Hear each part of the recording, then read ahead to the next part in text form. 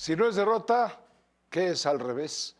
Esta noche con Arturo Sánchez, profesor de Política Mexicana y Asuntos Electorales en la Escuela de Ciencias Sociales y Gobierno del TEC de Monterrey. Arturo fue consejero electoral del INE y del IFE. A él le tocó todo eso. El plan B electoral, saludo Arturo, ¿cómo estás? Buenas noches.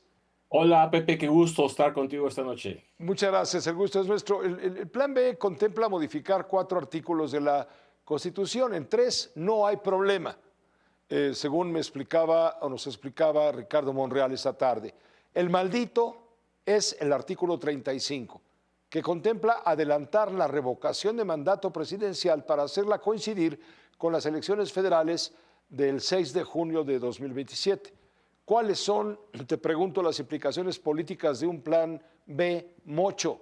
Por ejemplo, el gobierno vende el plan B como una reforma para acabar con privilegios y fortalecer la participación militar. Entonces te pregunto, estimado Arturo, ¿no es en realidad un mecanismo para asegurar la permanencia de Morena en el poder, la vida eterna? Mira, yo creo que básicamente, primero, ya no es una reforma electoral.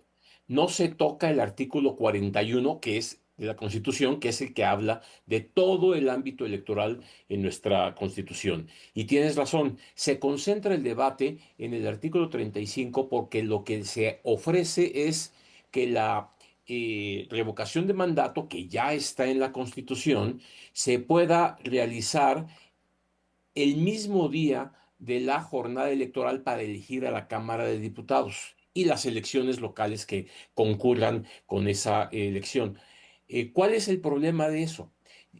Como está la Constitución ahorita, habría que esperar a que la presidenta terminara su tercer año, quiere decir octubre del 27, y después, a partir de ahí, se convoca la revocación de mandato. La lógica era que ya tendríamos los ciudadanos 3 años de ejercicio gubernamental de la presidenta, suficientes para evaluarla y en ese sentido votar. Pero lo que se propone es que si se adelanta la fecha al día de la jornada electoral, estaríamos votando si se queda o se va el primer domingo de junio. Quiere decir que el proceso de revocación de mandato empezaría 6 meses antes. Quiere decir, en pocas palabras, que la presidenta, y así lo dice la reforma, la propuesta de reforma constitucional, podría hacer campaña en todo el país, viajando en giras, en discursos, entrevistándose en todos lados, al mismo tiempo que hay campañas para gobernadores y campañas para diputados federales, pidiéndole a la sociedad que voten por ella. Y el llamado de voten por mí a voten por Morena es prácticamente lo mismo. Precisamente por eso el PT, aliado de Morena, no quiere, porque lo que va a ocurrir es que Morena va a jalar todos los votos. El Partido Verde tiene una historia distinta. Ellos ya están consolidados con una votación más o menos estable de un 8, 10 hasta 11% constante en mucho tiempo. El PT no. El PT, recordemos que en el 15 perdió su registro y le ha costado mucho trabajo mantenerlo y lo ha podido mantener gracias a la alianza con Morena. Pero si ahora Morena jala todos los votos a través de la revocación de mandato, pues estaría en serios problemas, tendría menos diputados, tendría menos financiamiento público y esto es lo que realmente no lo quieren hacer. No es un Sí, problema de democracia, Pepe, es claro, un problema de conveniencia partidista. se estaría, vamos, promoviendo una difusión permanente de una campaña presidencial, pues, reitero, permanente de la presidenta y además con dinero público. No nada más con dinero público, es una persona que está en funciones presidenciales. Está siendo presidenta y al mismo tiempo estaría en campaña por sí misma. Estaría vendiendo su proyecto, pero además estaría pidiendo el voto en el mismo día en el que vamos a votar por otras cosas. Es confundir dos elecciones, es confundir dos decisiones. Al ciudadano se le va a pedir, dime a quién quieres de diputado. Y al mismo tiempo se le preguntaría, dime si quieres que la presidenta actual se quede en el poder o se vaya. son dos razonamientos electorales diferentes y en efecto se contamina uno con otro. Por eso están separados, por eso son en dos fechas distintas, para que haya dos procedimientos distintos y en efecto el ciudadano tenga claridad de lo que está haciendo. A mí me parece que en efecto tendríamos a la presidenta de la República en funciones haciendo campaña por sí misma y al mismo tiempo, pues con el sello clarísimo que todos conocemos que es Morena. Ve, todas las imágenes que vemos del gobierno actual son guindas. La presidenta se viste de guinda. Toda la campaña va a ser guinda.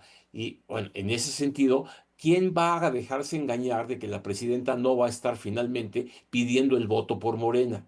A mí me parece que es un grave error, es un problema muy serio porque sí nos mete a una especie de situación en la que no nada más el presidencialismo que ya habíamos medio tratado de acotar un poco, regresa con todo el poder y además, como tú dices, con todas las vías para que Morena se quede en el poder y Claro. mantenga las mayorías de una manera muy clara. A mí, ahorita decía un senador que creía que la oposición tenía mucho miedo. A mí me da la impresión es al revés. Parece que Morena está apanicada de poder perder mayorías que tiene ahorita, que no tiene todas las consigo para poder ganar las mayorías que tiene hoy, y precisamente por eso recurren a trucos como estos que no tienen nada de democráticos. Ciertamente esto encierra sus perversidades. De los 4 artículos constitucionales que pretende modificar el Plan B, que fue aprobado en comisiones, efectivamente, veremos mañana qué pasa en el Pleno, nos decía Ricardo Monreal que se pueden aprobar 3 y uno no, el maldito 35. Esto es viable, esto es factible.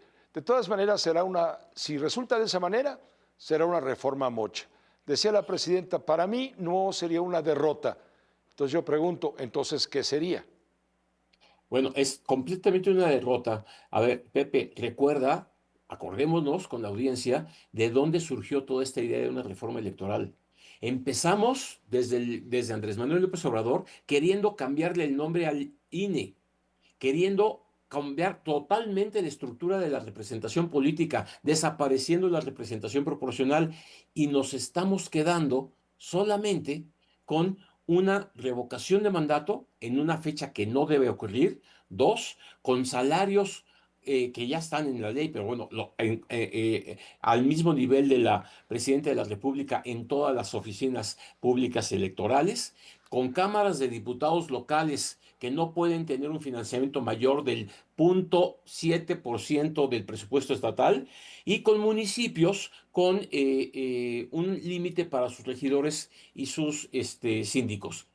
Eso es una derrota para la cuarta transformación completa de una reforma tan grande que se quería del 22, en el 24, en el 26 a estos 4 artículos, pues me parece que es no haber podido hacer una transformación como hubieran ellos querido. Y no lo quieren hacer precisamente porque no tienen la mayoría, ni siquiera de sus aliados, para hacer cambios que realmente eran un retroceso muy grande para nuestra democracia. Se van a aprobar 3 artículos que no son tampoco tan relevantes como el tema del 115, el 116, en fin, pero el sabroso para la presidenta pues era el 35. Claro, desde luego. Se va a volver el artículo maldito. ¿Ese es tu pronóstico? Yo creo que por ahí va mañana, ¿no? Yo creo que por ahí iría y los avances para ellos del 115, 116 y 117, si se trataba de la austeridad, de acabar con privilegios, es pírrica la victoria en esos 3 artículos. Y es Sí. una grandiosa derrota no pasar el 35 constitucional, sobre todo de que no pasó el plan A y no pasaron tantas ideas que venían para transformar completamente el sistema electoral mexicano que no se pudieron realizar. Ahora, Pepe, nada más una cosa, recordemos, todavía después de mañana, si se rechaza, se acabó la historia de, el 35 constitucional, pero todavía falta ver si Morena quiere cambiar las leyes secundarias electorales. Y ahí sí pueden hacer algunos cambios porque no necesitan 2/3 partes de los votos. Pero eso ya veremos si se animan a hacer cambios a las leyes en donde no se necesita esa mayoría calificada, pero que sí podrían tener algún impacto en la organización del INE y en otros aspectos de la vida electoral en México. Arturo, muchas gracias por estar con nosotros esta noche, por acompañarnos con uno. Muchas gracias, Pepe. Un saludo a tu auditorio y un placer estar con ustedes esta noche. Igualmente de esta parte, gracias, Arturo Sánchez, experto en estos temas.